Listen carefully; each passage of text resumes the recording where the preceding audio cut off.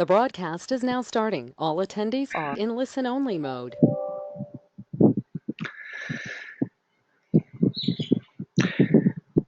Welcome to our second episode, second installment of Work, Sex and Money.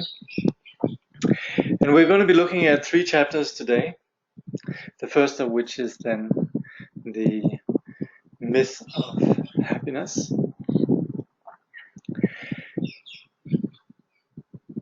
My teachers would always make a really strong point about cultivating a motivation where we recognize the relevance of what we're doing for everyone, for the entire universe. And so you could say it's no trivial matter that we're interested in this and studying this particular text. It's something that goes to the heart of the matter, and I hope everyone here recognizes this. And with that, you could say recognition, appreciation, then to also see how this affects everyone. Of course, we all operate within different subcultures and different languages and so on. But what is, of course, extraordinary with this text, that this is very much the Buddhist teaching formulated within the overall cultural discourse that we are operating within the modern West, modernity, our modern world. So it's a very valuable study, and I'm very grateful that you're joining me for this. So the first chapter is then the myth of happiness. I'll cut the video here at this point.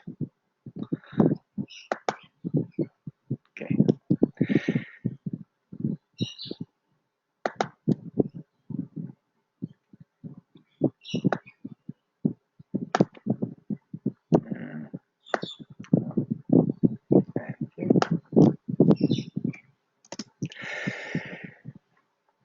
There's something deeply humble about the opening in this chapter, and that is, of course, the very disarming fact that Trungpa Rinpoche suggests that he, in fact, has no more insight into the higher meaning of life than we do.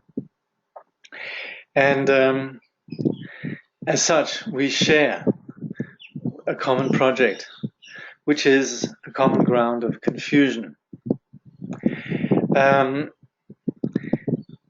He says that although people might want to ask the question, him being a Tibetan Lama and so on, but also sometimes we in our life, we might get posed this question.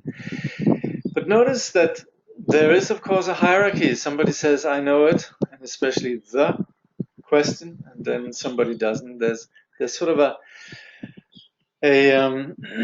disequilibrium.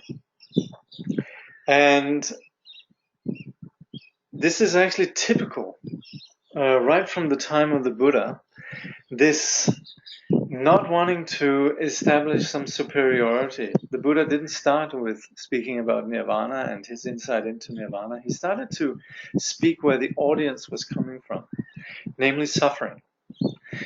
And just like if we go to the doctor could sit there and say, well, I'm feeling terribly well. How about you? Oh, you're not well. And there would automatically be a hierarchy. However, the doctor very compassionately, in a sort of peer-to-peer way, saying, well, we share a common ground for health, but let me do something about this passing condition of your confusion. And the doctor could very well say, well, I've had the same affliction myself, and this is what I did. So as such, you could say there's a very level ground here. And Trungpa Rinpoche even suggests that to present some sort of knowledge would not be a kind thing to do. And also establishing this hierarchy would not be of much use in terms of solving the problem. After all, what's that going to help us? That somebody else has the answer if we don't. And of course, there's the implication here that there is someone who can guide us, but at the same time also, famously in Buddhism, there's no salvation apart from our own application and applied practice. And so in this way, what we're operating with is not counting on there being some higher mystical world beyond what we can appreciate right now. And so in approaching this, we're not operating with what we very often find in religion and metaphysics, and even among philosophers, that there's some sort of like some mystical dimension of the unseen. In fact, the beauty of the Buddhist teaching is this, you could say, empirical approach that we're working with our own experience. And also we have this in the Madhyamika teaching. Nagarjuna famous does not propose a philosophical position as absolute. And that is where he speaks about the freedom from conceptual constructs altogether as being intrinsic to enlightenment. And he himself said in all his deconstruction, challenging and debating and refutation of these philosophical positions, at the end he says, well, personally I don't have any position, but that's also why I have no fault. So this is really basic to this empiricist spirit of Buddhism. So Trungpa Rinpoche, he puts it quite plainly, I'm afraid I'm not brave enough to say there's another world. And yet, and that is of course where we're beginning. We're beginning at the very level of our common experience. This is then we can see, you could say, some aspects that need to be addressed. And these are the two aspects of our physiological and our psychological worlds, our psychological and physical worlds, these two aspects, mind and matter, if you like. And he then points out that both of these are a concern in our efforts to obtain happiness, as we discussed last time. Anyway, we might sacrifice our physical well-being to obtain psychological happiness. Spiritual happiness could be an even higher priority associated with heaven. And that is what we looked at last time, that we seem to be willing to sacrifice, to work hard and sacrifice physical comfort in order that we could have some psychological happiness, some sense of safety. And that's associated with the material situation. It's associated with making money. It's associated with our desire for comfort for ourselves, safety for ourselves, our friends and family. And then there could, of course, be higher degrees of ambition involved to strive, to agree, to achieve happiness through recognition and fame. And so that's where we talk about different aspects of this materialism. The highest is then the project of a permanent comfort zone, a permanent home.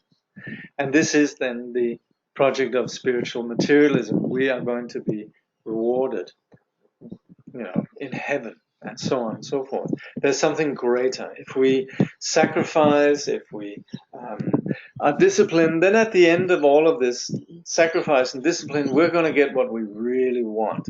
And so we have a whole industry that offers books, workshops, retreats, paths, gurus, and the materialism here lies in that essentially it's still based on the premise of the sort of naive premise of our own wants and desires, and that we ultimately want to be entertained according to our habitual projections. We think that there's some distant future, we'll become spiritual persons, we'll have clairvoyance, we might sort of become spiritual emperors, and we might have this complete moksha, this complete freedom.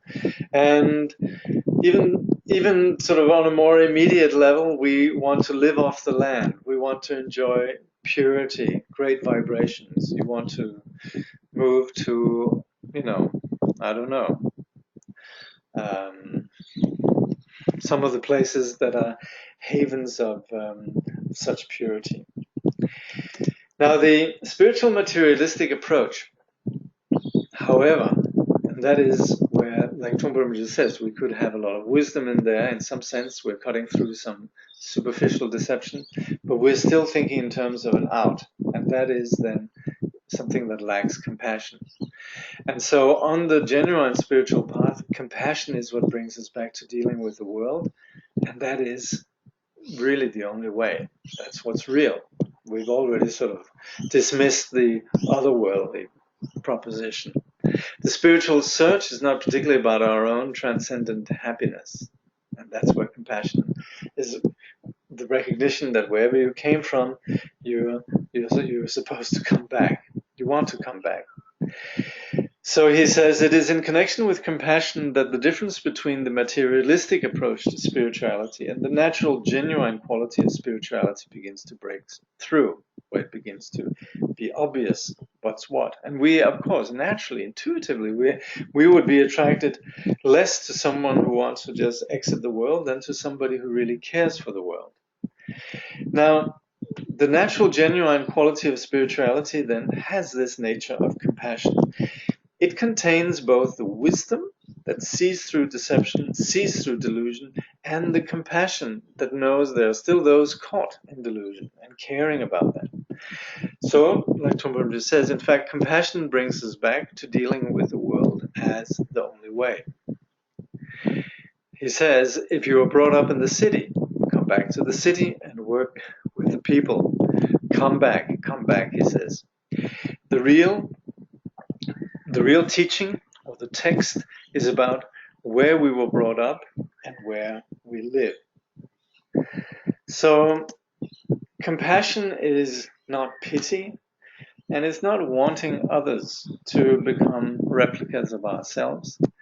The upaya of compassion is relating simply and directly with the other, with our world. We cultivate compassion without psychological and spiritual materialism. The Tibetans will often say karpu chiktup when referring to compassion, and that means the soul medicine, the medicine that can handle all illnesses. And of course, if compassion can be understood in many ways. The highest form of compassion is inseparable from wisdom, so they're not two different. Highest form of compassion is free from the, you could say, the project of pity, or you could say a hierarchy of reaching out to somebody that's lower than ourselves. It's without the duality of self and other. That's, you could say, wisdom. That's the ultimate kind of what we call non-referential compassion. In fact, is wisdom. And the highest kind of wisdom is that there's no longer this obsession with the self. There's no longer any neurosis that's tied up. And that is what wisdom provides. And that is what is the foundation for compassion. So compassion is not helping out others out of pity, where we think we're superior, we can assist those that lack what we have. So this is what Trungpa Rinpoche refers to as charity games or one-upmanship games. Compassion is the upaya, the skillful means where we put ourselves at the disposal of others and seeing where that goes. It's very real. It's about us relating to the world, bringing our very simple, straightforward sanity with us, but at the same time without the self at center, where we're not doing it on our own premise. We're not doing it. We don't have an agenda. We're not controlling. So the key element in this entire work we're studying here is compassion that goes beyond psychological and spiritual materialism. This kind of compassion is really what you could say frees us from spiritual materialism, because it's without ambition, it's without aggression, and it is more difficult, it's more demanding, and it's less frivolous. We're going to have a look at the word frivolous than the ego-centered approach to spirituality is. So of course, if we have spirituality according to us being high and being knowledgeable, wise, and so on, that has nothing to do with compassion.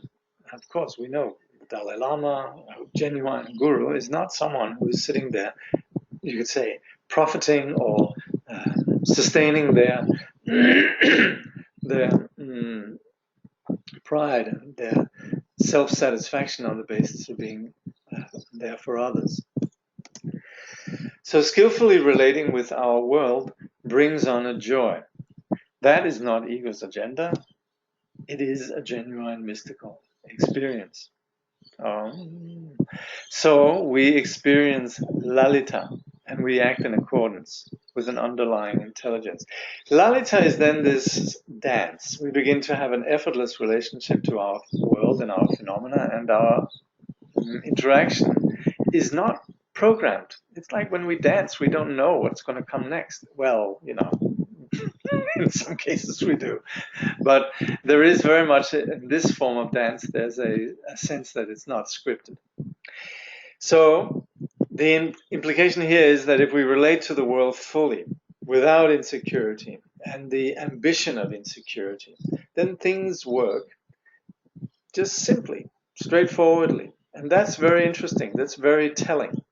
When we ignore reality, when we don't get the messages, then things happen around us. Trungpa gives an example. We insult somebody, we might fly off the handle, we storm out of the room, slam the door, and the finger gets caught in the door. That's a message. That's something that's being, you could say, the universe, our own wisdom is speaking through the external reality. We're out of touch. On the other hand, if we are in touch and we're grounded, we're in sync, in tune, then the situations of life provide the cue for what comes next. And then you could say there is music, there's dance, and there is lalita. There's an inspiration, and we move forward with that inspiration. We feel as if we're invited, and that's where we let go of insecurity. We go ahead without insurance. I think we all experience this in more or less degree.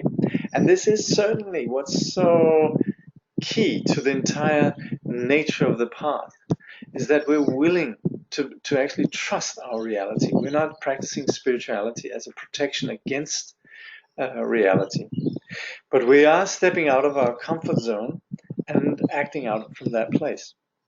And that's where there is an appreciation of something underlying, an intelligence that's basic.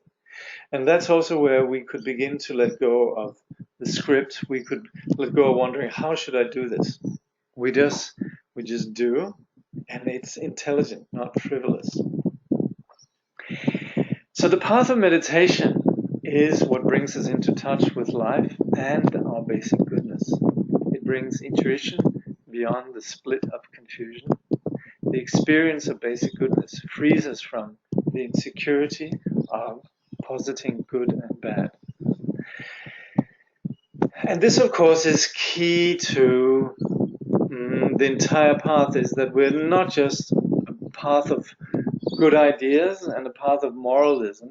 We acknowledge that there is ego, and the Buddha has kindly and compassionately taught a way to, you could say, need or massage our ego, to actually discover that it's completely unnecessary to work with that assumption of the ego. But it's something we need to realize. So meditation is the way to first experience what it is to be grounded in reality. So we discover that we're okay, we're not bad, and we can trust that we're fundamentally healthy. We're no longer defined in terms of our storylines and narratives that run through our, you could say, ordinary way of sustaining ourselves or confirming ourselves. And that trust then dismantles the familiar split of confusion where we're acting based on basically being out of touch. And then we're acting blindly based on frivolous impulses. So with the intuition that arises from the processing of the path, we engage situations fully, acting without fear or without impulse. We act comfortably without having directions, but with confidence in our intuition. Now, I have to say, as I read this, I have to humbly acknowledge that despite being a lifelong beginner in the practice of meditation, this is still beyond me. I certainly have plenty of fear and act from plenty of frivolous impulse, but at the same time also, the dimension of having meditation in my life means that there's a trust in this basic goodness, that there's a basic sanity, that if I'm properly practicing, if I give it my best, then certainly, then this is actually the flavor and the ambiance of this begins to emerge.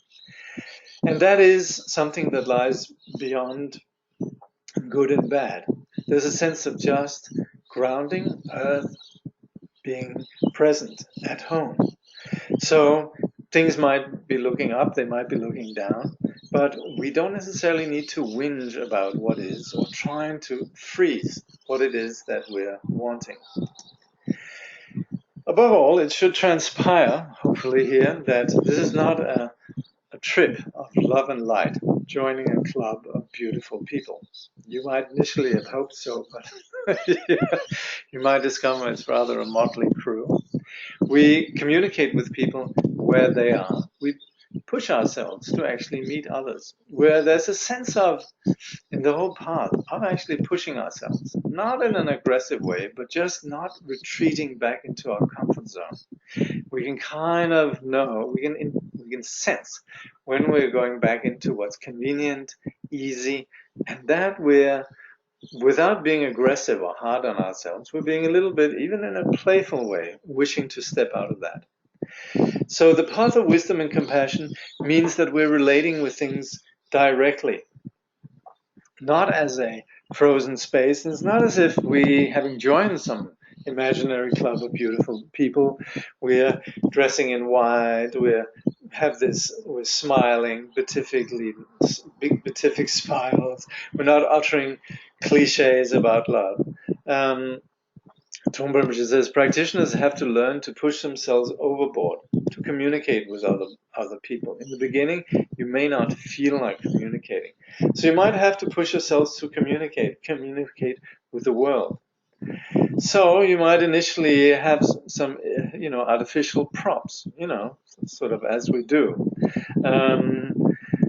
But if that actually enables us to go out there, we might need to dress up a bit, or we might need to have some little, we might not have the confidence to go out into the world unkempt and disheveled. And so we do that. We dress up, we sort of groom ourselves, but that's okay. We might be a little bit artificial maybe, but that's all right. We're then dealing with the world. So we don't start perfectly. We use our imperfection. There is no other way.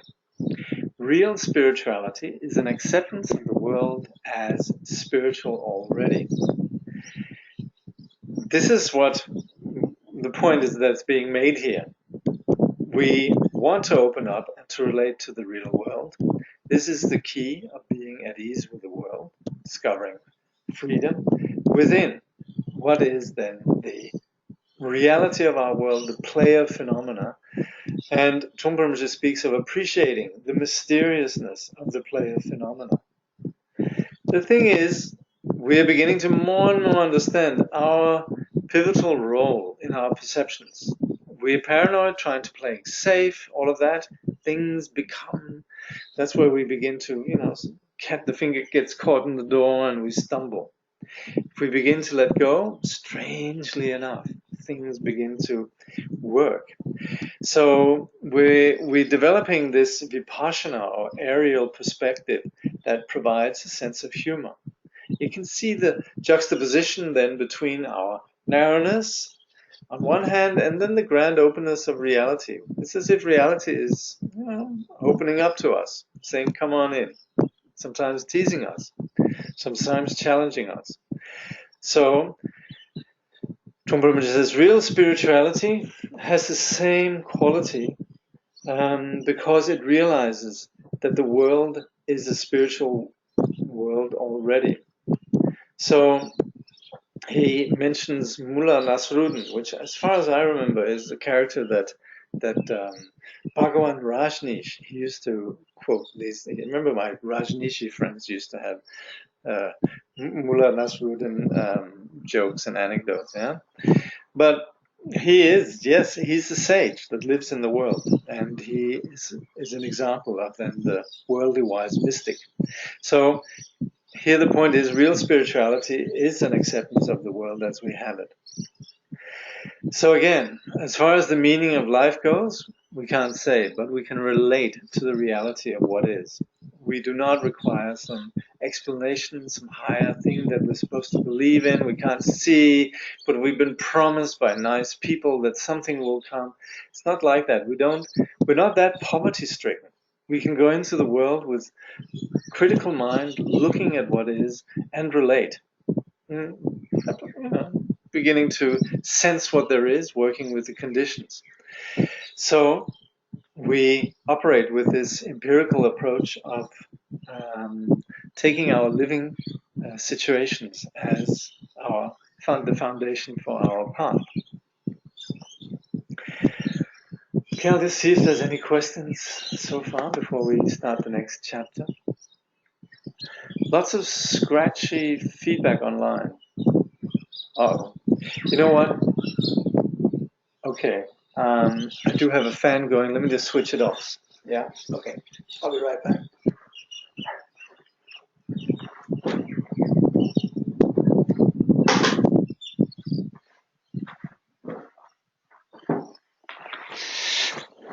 I apologize. Is this better now? Does it sound better? How are we going? There's still some birds out there. Okay. I am so sorry. Oh gosh. It's a little bit hot up here, but I'll probably survive the next half hour. All right, good. Yeah, no, I shan't cook to death. And the birds are all right, I'm glad. No, it's fine. It's fine. I'll bear this for you guys. So, chapter 4. Let's see here. Let's see here.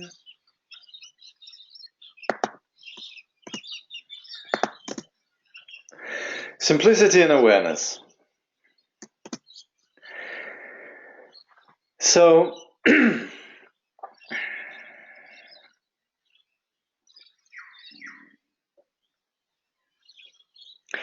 creativity is the key to work, and it comes from being connected. Again, we're not leaving this world, we're immersing ourselves. We are engaging, connecting. Generally, our ignorant, half-hearted approach to work then consists of we want work to be under our control. It should be something that is tailored to what we want, or we try to avoid work. So actually, it reminds me a few years ago, Trungpa Rinpoche, there's a YouTube clip out there.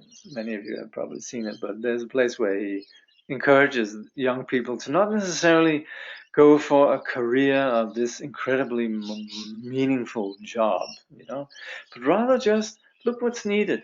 And he's encouraging the young people to get jobs that are useful. He says, become plumbers or electricians. And this is, of course, something that might not be exactly according to our great wishes about how things should be, but it might just be what's required.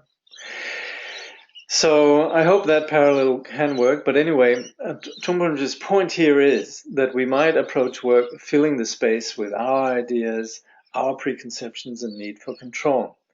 And this has a lot to do with not really looking what there is and possibly being even afraid of a creative process that a challenge might involve. We shy away. So in approaching a project where we have no control, there is a sense of discomfort. So that's where we then begin to fill up the space with, based on our anticipation, or simply we just don't want to go there. We just say no, I don't want to do that. So the first one is sort of like, unless this is something I can do already, I'm not doing it. So that's where it's quite helpful to analyze and understand these neurotic attitudes. Remember, this is not just about our career, by the way. This is obviously about the path. This is about working with the self. But the thing is, work is such a beautiful place that reflects what in fact is going on. with ourselves in our journey to enlightenment. So this is highly relevant. Resistance to the creativity of work comes from not feeling the object properly. Simplicity is not having ego as middleman. We sense ego's lack of creativity. So when we're enjoying something, we don't seek to control or shy away. Yeah, if we're encountering a flower that grows in a field, then there's just a very beautiful simplicity. We just really love that. The ego is not alerted, the ego doesn't have to get in the way, and there's some fluidity with the object. However, when we begin to have this fear, discomfort, then there is this insecurity. There's what Trungpa Rinpoche refers to as panic and fear. And that is the second moment where samsara begins. So initially there is, you could say, a simplicity about the situation, but then there's me. There's a beautiful situation, and then you say, oh, where am I in this? Now, ego is not bad or evil. Basically, ego doesn't exist. It's a state of delusion. We got something wrong. And that's where you could say ego is really just a condition of lacking health. Then again, we are stuck in that right now, and we can't say microbes are evil. They're just not particularly helpful. And so we can't say ego is evil. That's very often the problem with talking about ego, is that it becomes the whipping boy, as if it was something real. It's just that there is a condition that's not particularly helpful for us. We can't even say samsara is bad. And we're suffering there. Yes, so that's why we want to get out. But we can't say that it's something which is intrinsically bad. It's just, say, having a cold. Well, again, back to the microbes. It's just that we're infected with microbes. Thing is, it just doesn't work for us. So similarly, also the lack of quality in ego is that it's a bit like cement dust. There's nothing good or bad about it, but it's just that it's not something that's fertile. So with ego, we're left without fertility, and we're left without any kind of confidence or joy. There's this pervasive insecurity, and we actually feel that. We know, because we have Buddha nature, because we have some aerial perspective, we know that right now we're barren. We're not fertile ground. We clearly are not created. So work can become a way of covering up ego's basic discomfort. We can begin to control the situation, we can become incredibly good at something, and then we have all these credentials. I blah, blah, blah, blah, blah, that's what I do. We then live for what comes next and for keeping up the momentum of speed. So all we're doing is really just being able to survive, and there's this endless, you could say, lacking of being present. So we have this strategy to work to avoid something uncomfortable, and then we just know there's this fear that we have to avoid something, and that's avoiding looking at the basic problem. That's where work is a form of laziness, actually. There might be a claim that we are seeking pleasure in the moment. We might actually be very busy and pretend to be very hedonistic and so on, having a great time. But still, there's an underlying flaw. There's an underlying discomfort. And so it's about continually seeking to fill up space with stuff, to making sure that there's not any gaps. So that's where we live very uncomfortably, and little kind of irritation sometimes can make us fly off the handle. We don't like intrusions in our regularity.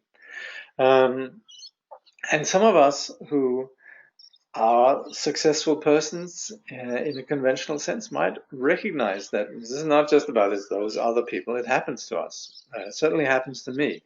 I might be a presenter of Buddhist programs, but I can get severely stressed about presenting Buddhist programs, and also in doing so, making sure that everything runs on track, I get kind of a bit thrown if something I might be, this happens to me regularly.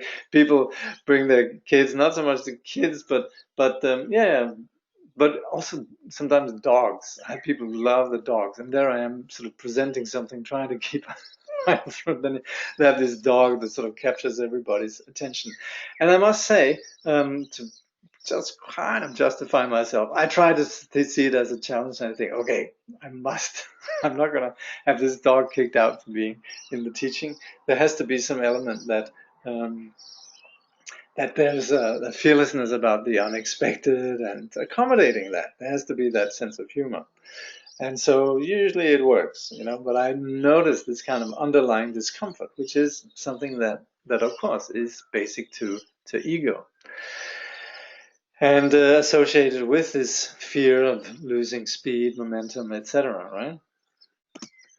Now, we famously had a descent in the 1960s and 70s, and while of course a lot of that had to do with idealist agendas and so on, rebelling against authorities and introducing what was perceived as an enlightened way, there was also some sort of discomfort and discomfort with work.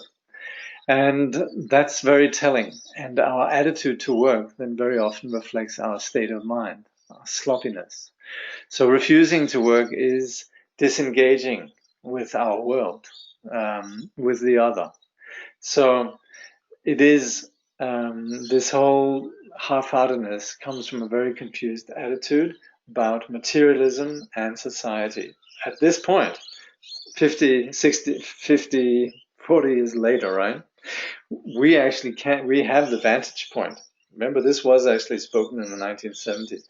We now actually have the vantage point of seeing this, how confused these ideals, living off the land, getting away from society, how in fact they were confused, and how the patterns were not at all really addressed, and how materialism has sort of snuck back into the agenda, and how the sort of need for familiar structures in society is as pervasive as all. Trungpa Rinpoche says in the 1960s and 70s, many young people reacted against having to get a job. That protest is a way of refusing to associate with the practicality of life, refusing to associate with the earth itself. So what we do with our life is indicative of who we are spiritually. We live with and through our consciousness. That is the empirical reality that we operate with. Every situation affects us both physically, psychologically, and refusing to engage with work reflects an attitude refusing to participate in society. And that ultimately leads to that refusal. Again, you could say the world sending its messages magnifies our own negativity, and we also begin to suffer because we sense some irrelevance. We're not in tune with the world around us. We might have rebelled against society. There's a recent movie that came out, Captain Fantastic. It makes this point very well. Luckily, there's a bit of, you could say, playfulness in this, and so there's a little bit of a breathing space in that. But that's actually a movie that makes very well the point about what it means to go out and then re-enter society, and the awkwardness and the tension and so on. And there's not particularly a happy solution or ending in that movie, but it's very intelligent, I thought. I liked it a lot. But in general, persons like myself who, for example, went to Asia, lived in Asia, came back, was this sort of, you go to a cocktail party or dinner, So what do? Well, I've gone to India and studied Buddhism. There is some sense of that discomfort of falling outside. And so Trungpa Rinpoche was, of course, unusual in being incredibly aware of that, and also the need to not exclude society. I have to say, I had the privilege of encountering Trungpa Rinpoche's teachings early on, so I was very aware of the need to actually not have that sort of arrogance or despise society. But of course, the point here is that our exclusion of the other world, it ultimately it doesn't mean that we are going to attain something greater. In fact, we want to be in the world. That is the place where we're actually breathing. So we can't just disassociate. So materialism of working is only problematic when there is psychological materialism. We could very well have a 9 to 5. We could be very respectable citizens. So that's not the issue. It's more about our attitude, the psychological materialist attitude. So if we're in society, yet we're sort of, oh yeah, one day I'm going to go up and, do something spiritual and so on, then we're missing the point. And that kind of psychological materialism is like a contagion. It's something that we could begin to spread. We could live among people who they have jobs, but they resent it because they're part of a cult that sort of looks to something greater and otherworldly. And that practice of non-participation is very problematic. So the best way of using our intelligence is to learn to feel what the skillful action in a situation is. Without a wholehearted relationship to our work, our world, and ourselves, chaos happens to remind us that something is not right. This applies to all situations. Life has a spiritual quality that demands our attention. So we could be lazy and resentful, but really what the Dharma is about is to begin to relate to the world as it is. And that is then being grounded. It is relating to, Trungpa Rinpoche used to talk about kitchen sink. It's relating to the dishes, gardens, cooking.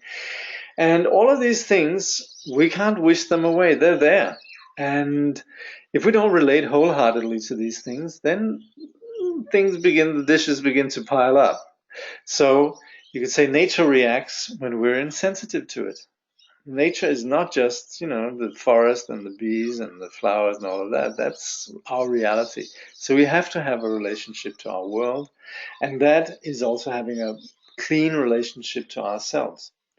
So the spiritual nature of our reality is only too obvious. And when we resent it, then we're generally reminded that we need to come back.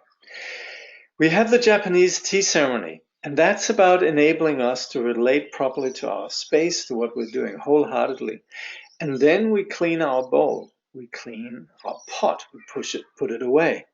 Trungpa Rinpoche says, in the materialistic round of life, there are endless advertisements for things to buy, and endless things are produced. But nobody explains us how to clear everything away, how to dispose of the baggage. So our spirituality is, of course, that we are in the world, but it's also beginning to make an art out of the world. And we begin to carry the garbage down artfully. We begin to have a proper relationship to the kitchen sink. I had the privilege of living around some great yogis and yoginis, some seriously great Tibetan practitioners, and particularly one Rinpoche, very close to the Dalai Lama and very close to so many great teachers, my teachers, and he's certainly one of my root teachers, always would be so delighted to take the dishes.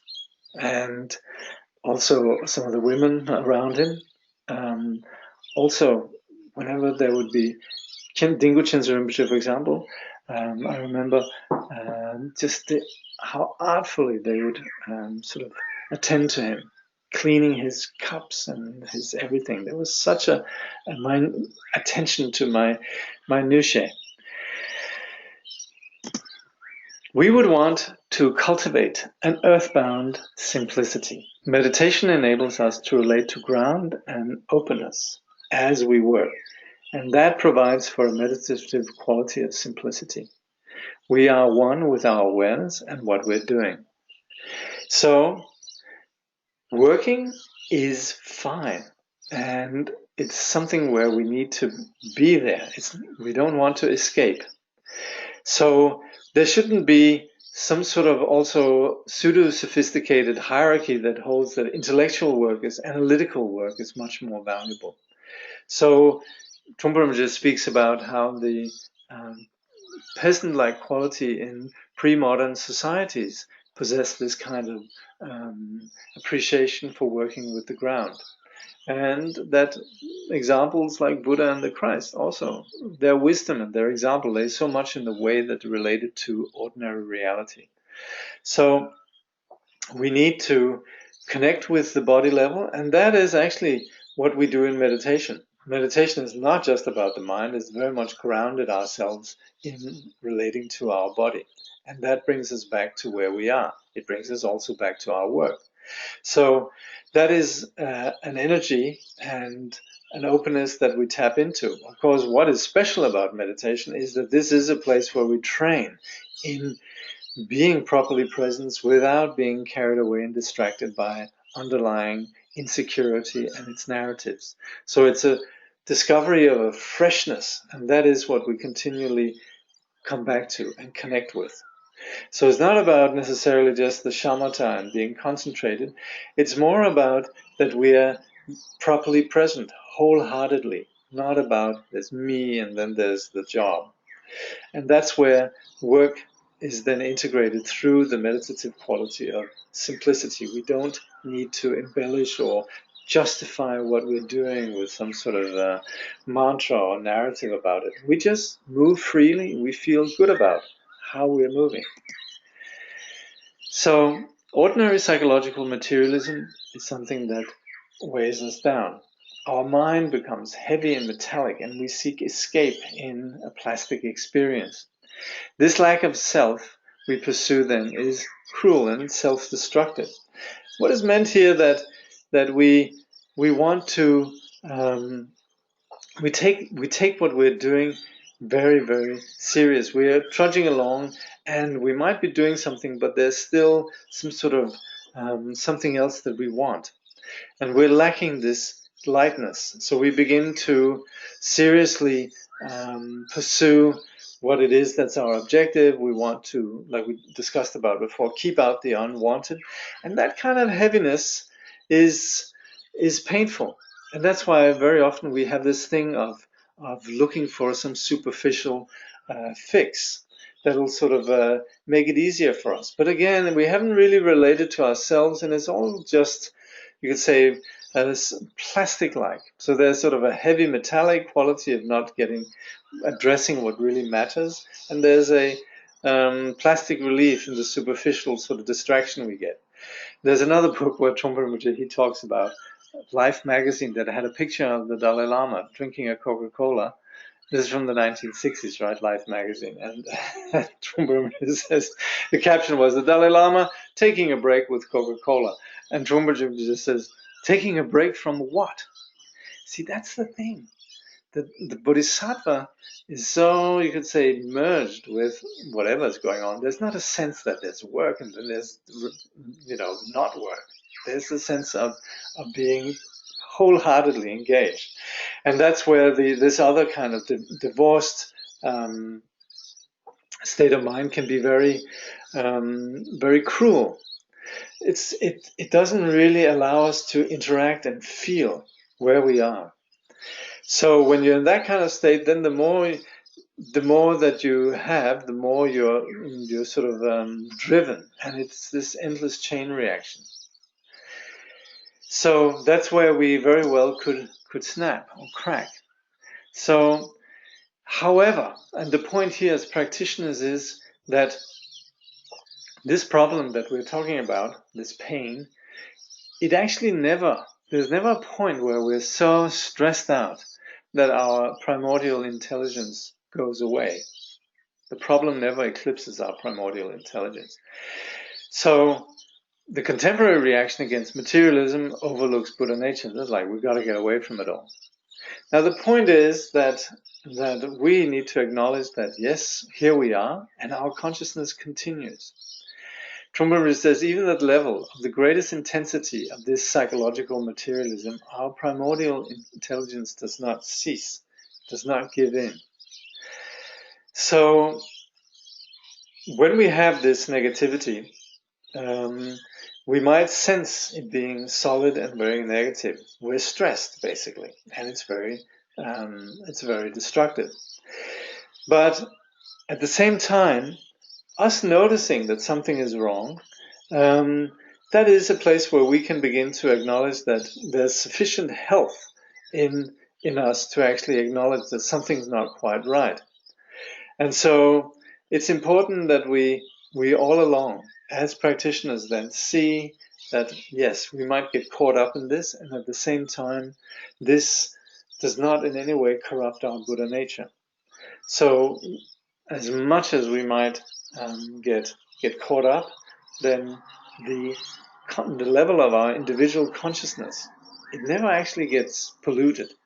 That is where we might be very stressed, and yet we can go home, we sit on the cushion, and that's where it's important practitioners don't say, okay, it's been too much, I want to just have TV.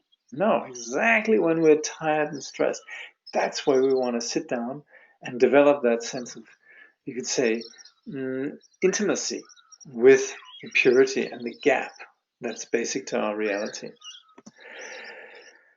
So, as far as this consciousness goes, this really is what is the underlying purity, and this is you could say, the theater where all this unfolds. And so, as such, we talk about reincarnation, but we don't necessarily need to talk about rebirth or something mystical. But being in touch with our consciousness is really what is the project of meditation altogether. So the consciousness is not something that we can stop. You can't kill your consciousness and you can't stop it. It continually goes on. But we're different persons. So Trungpa Rinpoche says, you may not remember your past life. There's nothing to prove or disprove about particularly. But his point really is that it's about us recognizing how our consciousness is unconditional. So we want to work with the openness of this consciousness, and that is where meditation is absolutely indispensable. And that is where we can begin to experience and find this spacious quality basic to our life. Now, we supposedly have a lot of wonderful solutions to all this stress. That is all the technology that should make life easier, right? Yes, right. So we've cottoned on to the fact that these gadgets, they bog down our creativity and the joy in working. They end up using us. Yet, at the same time, we know I'm sitting here with no less than a smartphone that's recording this, a computer that's doing the webinar, and then my iPad that has a few notes that I'm using. So, and I'm looking at my, mechanical clock, which is, however, somewhat driven by sun power. Anyway, it's only too obvious that we can't escape modernity's machinery. And the thing is that the spirituality that we're talking about here is not something that's going to be about us going back to the Stone Age. Trungpa Rinpoche talks about how we could dream about going back to the Stone Age, and we could move out to the land, and that would in fact just be another trip, what he refers to as a kind of Stone Age chic. So the trouble really is not these machines and things, it's the attitude of wanting to get away, the attitude like, oh, if only I had that gadget, then things would be easier. And that's obviously, I think for us who are studying this, that's only too obvious. That's not the solution. So staying in the world with our reality and bringing spirituality into our modernity, this is where we could very well have eventually our culture becoming a profoundly spiritual culture, even though it might appear materialistic. As Trungpa Rinpoche says, pilgrims might be heading for America one day. Any questions at this point? Let's see here. Let's see. Yeah, I'm probably going to be over time, but what's new? Okay, no questions? Except that everybody seems to agree that it's a good thing. The fan is switched off. Gosh, I wasn't counting on the mic being would be so sensitive. Anyway, I hope it's still intelligible. Okay, I'm going to go on with chapter 5. Overcoming obstacles to work. So we are here looking at some very real problems.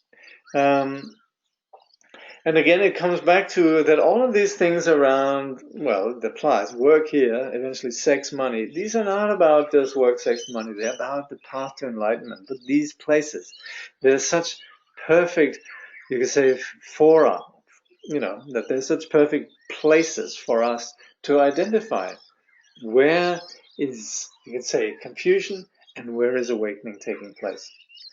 So,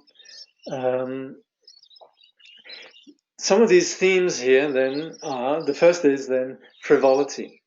So frivolity is the absence of ground. It overlooks the sacredness of reality. This is kind of where we just want to be silly or escape reality. And we're actually overlooking the sacredness of our reality. And in that way, frivolity has this self-apologetic flavor, this sort of sheepish grin. And at the same time, yes, we might be awkward and we might sort of slip into that frivolity. But if we have an awareness, then we can remedy it. That's where we can have this some non-apologetic seriousness. Now, have you ever noticed that real comics, real great comedians, they're never silly. They actually say things with deadly seriousness, and that's what makes it can be so incredibly appealing.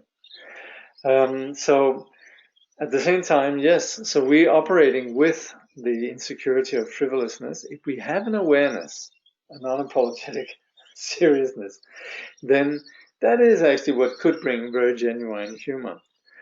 Trungpa Rinpoche says there should be a respect for the sacredness, the perpetual sacredness of the situations you're in. Those situations are sacred because of the unique fact that you're there. So there's never ever a situation that's not workable.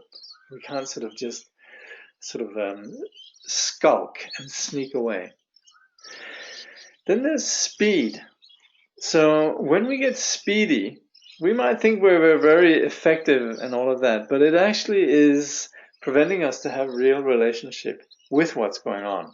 Things might be just sort of just hopping, snapping and all of that, but we're not really touching our world. And ultimately, that kind of addiction to just having things move along, it makes us inefficient because we're impatient. And once we get sort of impatient with things not working with the reality of things, then we begin to become snappy and grumpy, and we begin to have this sense of me. We initially have speed that has to do with succeeding, but then when it's not succeeding and we have to pay attention to the actual texture, then that is where our ambition makes us inefficient and we fail, and you could say our pride is hurt, and then we become focused on ourselves. That's where we begin to become aggressive. I know this from myself. I grew up under the auspices of the Protestant work ethics, and I want things to work out, and this sometimes can really lead to impatience and so forth. So this is very much a problem. We might think we're being effective, but we're not. And daydreaming with purely thinking, we don't get things done. We're out of touch. We're lost. Trungpa Rinpoche gives the example of visiting a great, brilliant scholar who seemed to be completely incapable of making tea, serving the tea. And on top of that, he didn't really see who was in front of him, and he sat lecturing Trungpa Rinpoche on how Tibetans do things. So we actually need to relate to our world. We can't just be absent and caught up in abstraction. Now, the interpersonal conflicts that is part of working within the real world is a very rich and valuable situation. Conflicts makes us realize that there are other viewpoints. Yeah, it's not going to make things easier necessarily. We're not as wise persons going to be free from these, but we begin to listen better. So if the others won't budge, then perhaps our flexibility might inspire them. There might be subtle aspects in the relationship that requires attention. So us being somewhat flexible, listening, of course, we might have our agenda, our view, but we're open in a different way. We might actually discover that we have something to offer. Others might begin to cotton on to what we want. We might cotton on to them. And also we might discover that on a very common ground, there are some fundamental problems in the dynamics that need attention. So here, again, the issue is not that when you now you're studying work, sex, and money, that you're going to have, wonderful work, wonderful sex. This is not at all the point. It's about that we're sensitive to the intelligence about the world, and that's why the practice of wisdom that we're cultivating here, the vipassana and the compassion, is not about that we have a fail-safe DIY manual, but it's about that we are able to use work and these interpersonal conflicts as, you could say, skillful means on the path. They're going to enable us to be more sensitive, and we'll be able to improvise in greater ways. So there's also a problem when we begin to think our problems are just universal phenomena. Yeah, that's just how it is. Our problems are very personal. They are our problem. So we might sort of have that attitude that, well, this is just how it is, and everybody supposedly is on the same page, but we're all very different. Particularly if we're working as a team, then we're going to have to wait and see who is able to do it properly. So we're not all in the same boat. Some naturally will emerge as leaders, and some of us will just have to sit back and allow things to happen. So everybody has a very different role within the workspace. Now, conceptualizing good and bad, and that is, of course, also this vipassana of the workplace is going to enable us to step outside the likes and dislikes of our rigid beliefs. We might judge everyone and everything according to our preconceived ideas about the teaching. Notice the capital T. So the thing is, we need to be independent. We need to actually apply the teaching on ourselves, and yet we need to also be aware of what's going on around us. There might be something that's happening that's necessarily providing insights on the path. So we progress by overcoming one temporary stage of discipline after the other. So it's not as if there is a sort of hard truth about things. The Trungpa Rinpoche says the only thing to do is just give up the whole attempt of something greater and be an ordinary human being. This might sound way too simple, but it's really not. That is coming back to the sort of simplicity and awareness. The thing is, if we're practicing, we might begin to become very Buddhist with a capital B, and the teaching has a capital T, and we become very rigid with a capital R. There's a capital right, the R for right, and capital W for wrong, and we become very dogmatic. And this is not at all what the Buddha is teaching about. Coming back to the middle way, it's about us giving up our conceptual constructs And that's where meditation is essential. When we begin to practice meditation, we begin to experience rather than just think. And so that is where we begin to interact without a judge or a watcher. So once a person acts the way that he or she does according to the situation, then it becomes an increasingly simple. It's not because people are particularly enlightened, but people just have a simplicity. You might have people who are very educated about what it means to be spontaneous. People love to read sort of works of wisdom that have all these great truths about spontaneity and so on, going beyond the letter. We have fridge magnets, we have all sorts of quotes and so on. But at the end of the day, it doesn't really help a lot.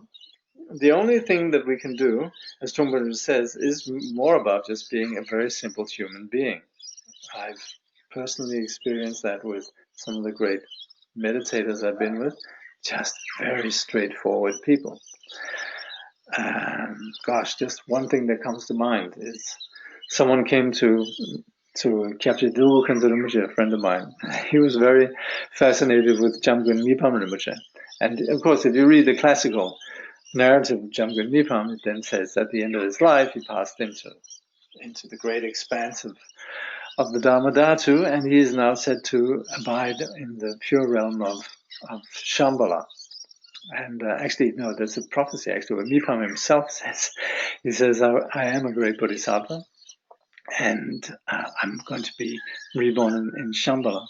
So my friend asked Dilgo Khyentse Rinpoche, so Rinpoche, it's true that Jamgun Mipam really is in Shambhala. And Dilgo Khyentse Rinpoche says, I don't know, I haven't been to Shambhala. I have a bad leg. So that kind of ordinariness is really, you could say, only too obvious, but then again, not always.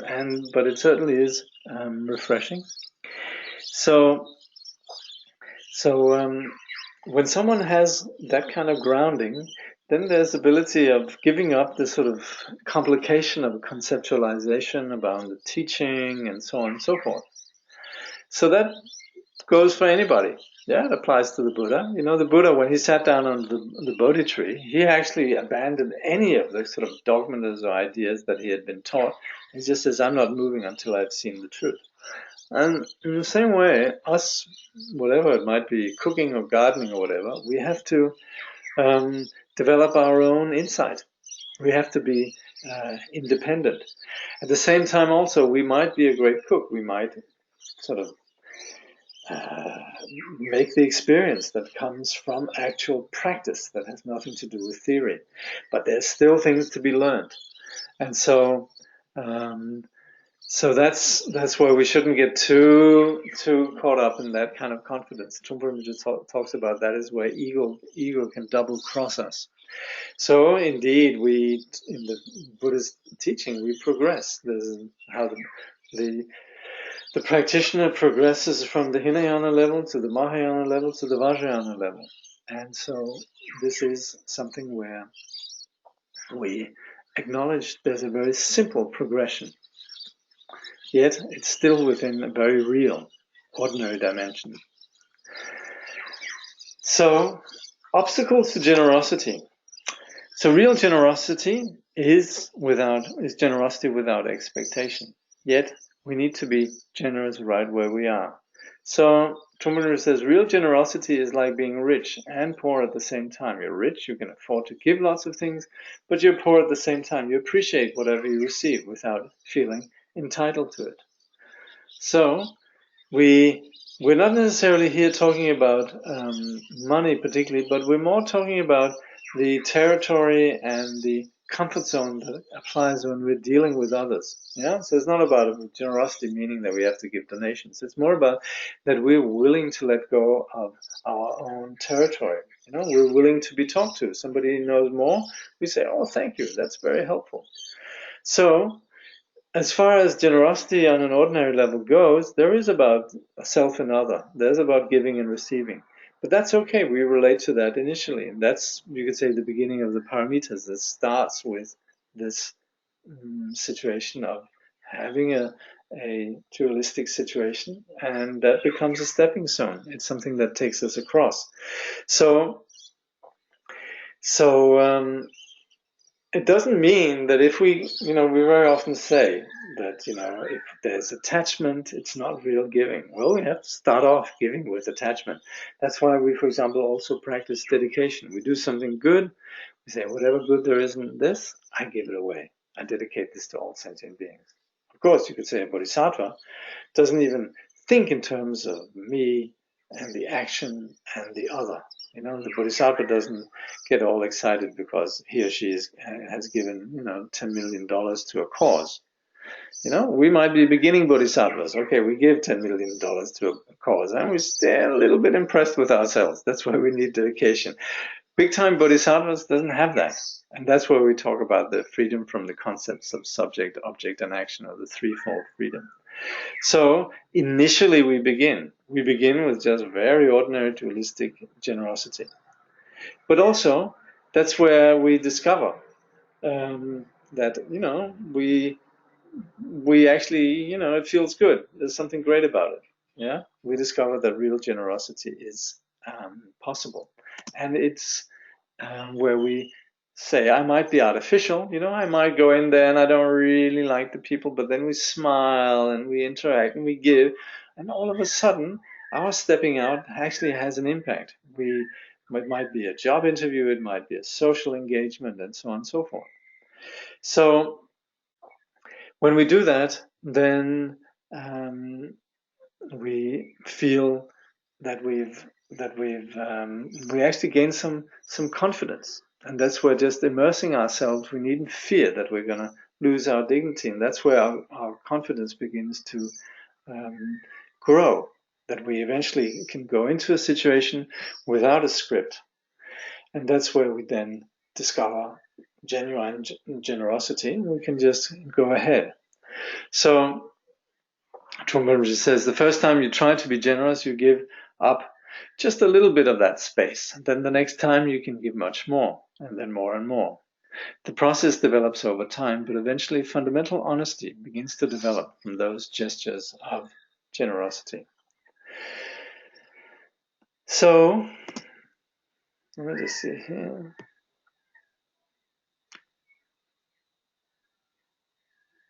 Yeah. So at this point then, hold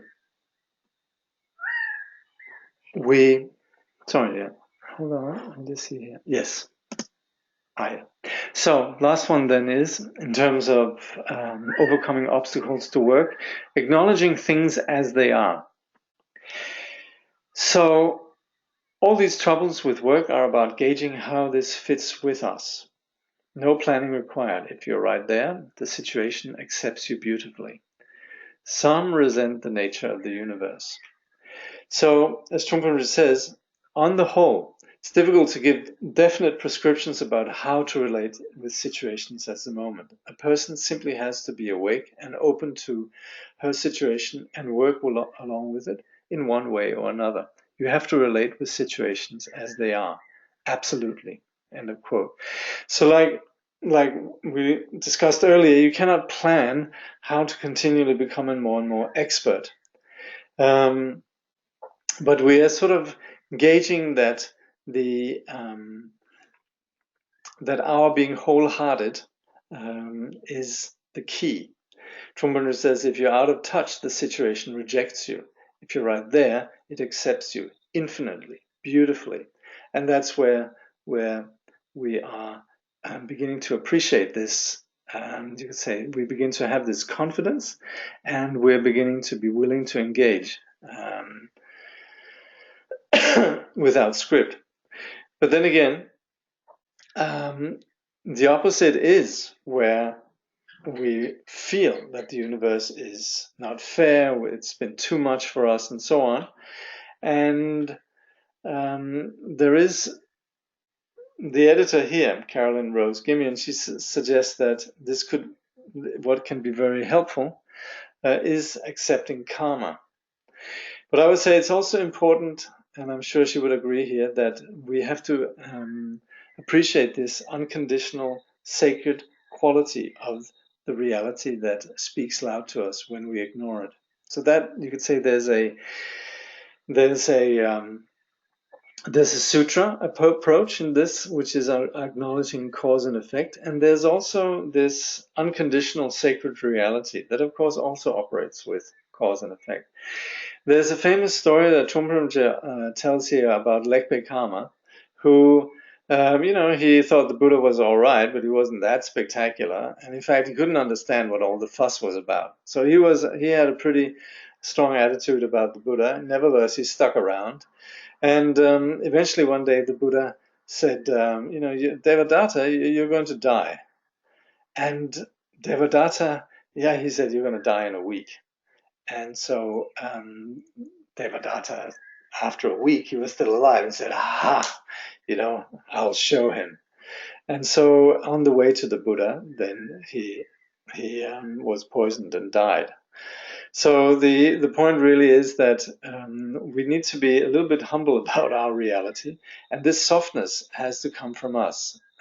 It's not as if it's something that the universe is just going to be nice to us. We can't force others to love us. We don't have any rights, really. We can't force the universe to treat us in any way, one or the other.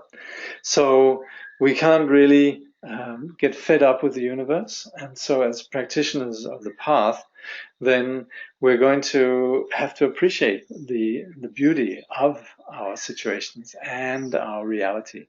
And it's not about buckling down or shutting up or accepting things, but it's very much about discovering a beauty in the world. So meanwhile, night fell here in Mullumbimby. So lighting's a bit different from when we began. To see if there's any questions. And by the way, it's so important that nobody approaches this webinar as if it replaces studying Trungpa Rinpoche's text. I always say, I hope I could even make you suspect that I'm getting it wrong, and for that reason you'd consult the book. That would be so good. Acknowledging things as they are. There are many ways to interpret, to describe how things are, mostly depending on the mood I'm in. So what's the right one? Very good question, and I'm afraid there's a very simple answer. It is that we begin to take away the interpreter, that we begin to take away the one that subscribes to listening to the mood. It's the one that discovers the space beyond the clouds. I'm sorry if this sounds like cliches, but I'm trying to say very simply, the only way here is meditation. To begin to experience things as they are, independent of whatever our mood, independent of however we see things. And it's only through the practice of meditation that we begin to break through that it's the only place we actually are beginning to see and be present without a narrative happening. And that's why the idea of sort of just launching into, post-meditation and just be meditating at every time of the day, that's wishful thinking. We need to begin to experience mindfulness, presence as a foundation for Vipassana. And then, yes, then we can begin to integrate that in our lived experience, and that's where we can then take, you could say, lack of preconception and interpretation and so on. We can begin to be freer from that in a greater extent. But first, it requires that we begin to have some freedom from the narrative, our thoughts. That we begin to not believe everything we think. Next question. If I realize that we are quite scared of our own body and the world, and I guess they're inseparable, this book is quite challenging, though still wonderful, as I do want to realize the truth and practice, and Chögyam Trungpa Rinpoche is so inspiring. Would you recommend in such a case that taking all this in and on needs to be done gently. Oh yes, this is challenging. Dharma is challenging. Dharma speaks about all the challenging issues, speaks about things not going to last. Neurotic action is suffering. Action and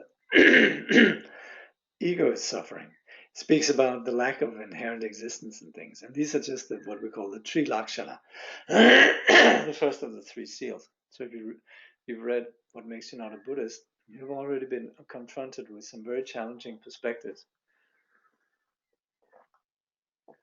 And definitely, the Buddha was so compassionate that he didn't just say, get with the program. He prescribed a path. And the path operates with our reality, not as we ought to be, but as we are. And that's where it's so important that we have the foundation, that we do meditation practice, that we rely on all the skillful means the path offers us, that we don't think we can bypass or second guess the path. Yeah? But we do this gently, and the whole path is actually about gentleness. That's why this is not about just philosophizing where we say, oh yeah, this is reality, and let's snap to it. There's a process. Process is indispensable. And the process is this doing things gently. Yeah, we should be good to ourselves. Have compassion with ourselves in this process. Yeah. When we become aware of our frivolousness or impatience, and these become an object of our awareness, when a sense of humor begins to dawn and we also notice space around these two, is this vipassana? Yep, that is vipassana. Vipassana is that sort of wider perspective that we begin to notice. We begin to have an aerial perspective. We have some humor. We have some gentleness. Yeah, that's vipassana, and that's where the shamatha is indispensable. We can't just graduate to this right away. There is, luckily, we have to take. It's like herbal medicine. You have to take these bitter tinctures, but it works. It works beautifully.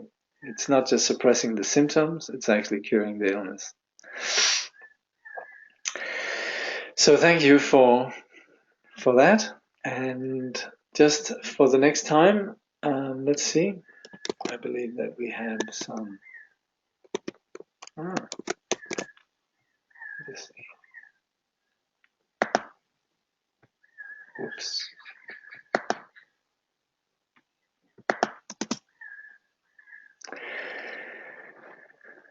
The Nowness of Work, Chapter 6, Chapter 7, The Creativity and Chaos, and Chapter 8, Communication. So, thank you very much.